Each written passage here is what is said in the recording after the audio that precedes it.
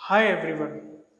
Home based tuition business को करना चाहते हैं या इसको कर रहे हैं तो ये वीडियो आपके लिए है। मैं दीपक पटेल माई B2Bidea.com से इस वीडियो में आपको होम ट्यूशन या कोचिंग बिजनेस की डिटेल जानकारी दूंगा। इसमें आप समझेंगे बिजनेस का introduction, marketing plan, strength, weakness, opportunity, threat of this business model, business policies, financial plan, tricks जो आपके बिजनेस को बढ़ाने में मदद करेंगे। लास्ट में कुछ ऐसे क्वेश्चंस जिनके आंसर्स आपके पास होने चाहिए जब आप ये बिजनेस स्टार्ट करें। So let start with introduction. ये बिजनेस होम बेस्ड कैटेगरी में आता है क्योंकि आप इसमें एक सर्विस दे रहे हैं, तो ये सर्विस बेस्ड कैटेगरी में भी बोल सकते हैं। इस बिजनेस का टारगेट मार्केट क्या हो सकता है? तो इसमें हो सकता है स्टूडेंट्स जो कि कॉलेज के हो सकते हैं, स्कूल्स के हो सकते हैं, researchers, YouTube audience, blog readers, ये सभी टारगेट ऑडियंस हो सकती है, टारगेट मार्केट हो सकता है। इसके बाद ट्यूशन कई टाइप के हो सकती हैं, जैसे आप किसी को लाइव क्लास दे रहे हैं, आप किसी के घर पे जा रहे हैं, आप किसी को रिटन में कुछ आंसर्स दे रहे हैं, आप किसी के लिए वीडियो लेक्चर्स दे रहे हैं। ये सभी आपके इस टाइप के बिजनेस में आते हैं।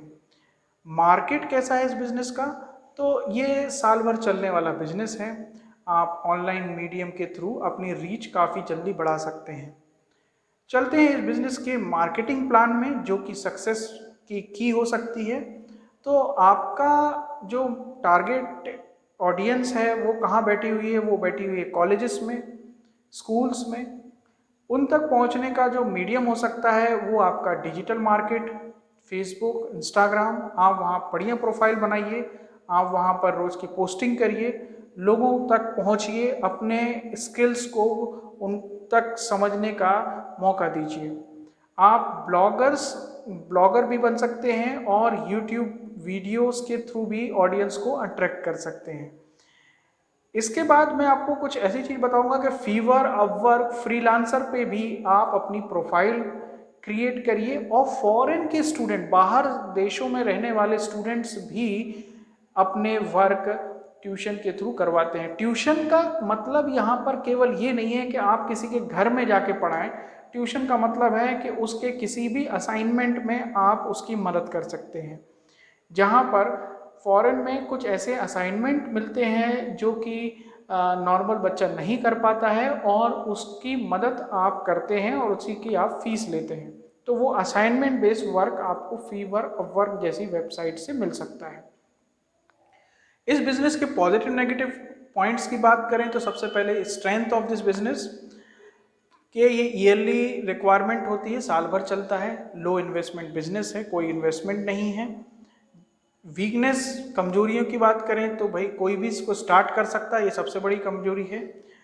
बड़े ब्रांड ऑलरेडी मार्केट में हैं इसमें, जो कि आज की डेट में होम ट्यूशन के नाम पे अपनी एप्स या वीडियो लेक्चर्स दे रहे हैं।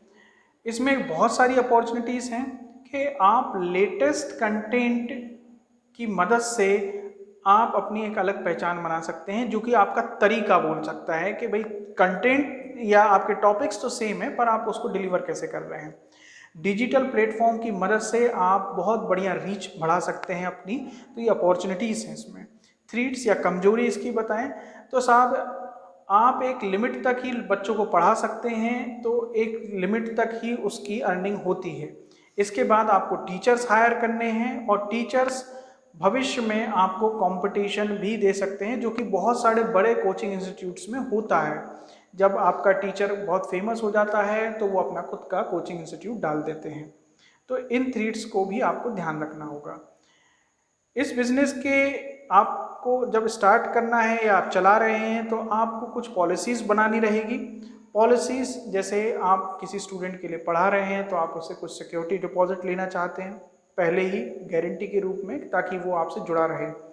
मंथली चार्जेस आप लेते हैं तो वो कितना रखना है आपको। किसी को आपको डिस्काउंट देना है या किसी पर्टिकुलर कैटेगरी के बच्चों को डिस्काउंट देना है। कैटेगरी का मतलब है यहाँ पर कि मेंस के लिए, वुमेन्स के लिए, बॉयज़ के लिए, गर्ल्स के लिए किसी को डिस्काउंट देना है, लेट सबमिशन के कंडीशन में आपको क्या करना है, सिलेबस के अकॉर्डिंग कौन सी कंडीशंस आपको रखनी है। जी, हर प्रकार की चीज़ आप हाथ में लेकर कहीं परेशानी में ना फंस जाए, इस चीज़ को आपको ध्यान रखना है। किसी का आपको अमाउंट रिफंड करना है तो उसमें आपको क्या कंडीशंस रखनी है। प्रायर बुकिंग रूल्स आपको ध्यान रखने हैं कि अगले साल के लिए यदि आप कोई पहले से बुकिंग कर रहा है तो उसके लिए आपको क्या नियम रखने हैं। हमें हमेशा इन पॉइंट्स को अपने आप को सेफ रखना है और अपने स्टूडेंट को भी सेफ रखना है। सेफ क्योंकि वही आपकी मार्केटिंग करता है। फाइनेंशियल प्लान जो इस बिज़नेस में लग सकते हैं वो है मैन पावर। यदि आप किसी और को हायर कर रहे हैं, मैं आपसे यही बोलूँगा कि आप कुछ एक सब्जेक्ट या कुछ एक फील्ड के ही एक्सपर्ट हो सकते हैं, तो उसी में लिमिट में रहें। लिमिट मतलब आप बहुत ज़्यादा डायनेमिक ना हो, आप अपने ब्रांड को बनाएं और उसके लिए आप टीचर्स हायर करें। इम्प्लीमेंटेशन कॉस्ट आपको कंप्यूटर्स लेने हो सकते हैं यदि आप डिजिटल प्लेटफॉर्म का यूज़ कर रहे हैं, और नहीं भी कर रहे हैं और आप कोई कोचिंग छोटा सा इंस्टीट्यूट चला रहे हैं तब भी आप प्रोजेक्टर के थ्रू बच्चों को अट्रैक्ट करें। फर्नीचर आपको लेना होगा, इलेक्ट्रिसिटी बिल देनी होगी, रेंट यदि आप कोचिंग इंस्टीट्यूट चला रहे हैं तो आपको एक हॉल चाहिए, यदि आपके पास नहीं है तो आपको रेंट देना होगा। आपके लिए कुछ ट्रिक्स आपके इस बिज़नेस के लिए कि आप स्मार्ट क्लास का यूज़ करिए। स्मार्ट क्लास से बच्चे अट्रैक्ट होते हैं, चीज़ें उन्हें जल्दी समझ में आती है और आपका भी लेबर बचता है। जी, आपका लेबर बचता है, ये आप समझिए।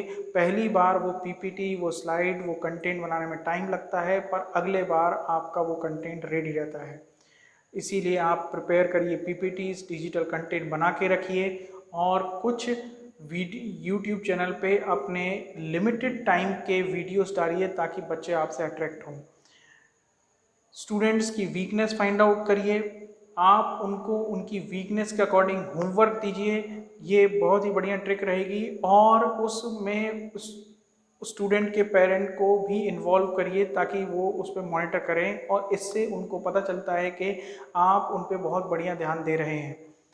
स्टाफ जिसको लिए मैं आपकी बात कर रहा हूँ कि साहब उनको हायर करिए, पर अंडर ग्रेजुएट बच्चों को भी अपन हायर कर सकते हैं, वो भी बहुत बढ़िया पढ़ा सकते हैं और वो आपको भविष्य में इतनी जल्दी कंपटीशन नहीं दे सकते, क्योंकि कोचिंग इंस्टीट्यूट स्टार्ट करने के लिए एक फैमिली का डिसीज़न होता है और कोचिंग इंस्टीट्यूट नॉर्मली वही बंदा स्टार्ट करता है कि जब वो काफ़ी ज़्यादा अपना नॉलेज रखते हैं। फिर अगले सेक्शन पे चलते हैं इस वीडियो के, जो कि हैं क्वेश्चन आंसर्स का सेट। तो ऐसे क्वेश्चन जिनके आंसर्स आपके पास होने चाहिए जब आप ये बिज़नेस स्टार्ट करें। तो पहला क्वेश्चन है कि साहब आप किस प्रकार की क्लास या स्टूडेंट्स को लेकर इस बिज़नेस को स्टार्ट करेंगे।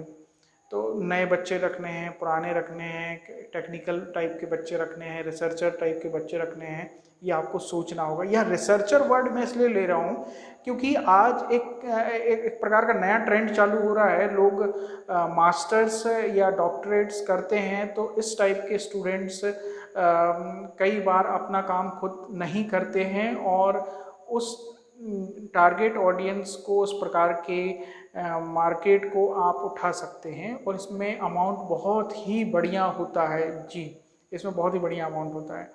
टारगेट ऑडियंस क्या रखना है आपको, वो स्टूडेंट रखना है, ऑनलाइन उठाना है, रिसर्चर उठाना है। फ़ी किस प्रकार से कलेक्ट करना है, तो मैं आपको इसमें बहुत ही स्पष्ट बताऊं तो आप पहले ही पैसा ले ले, बच्चे का कोई भरोसा नहीं है।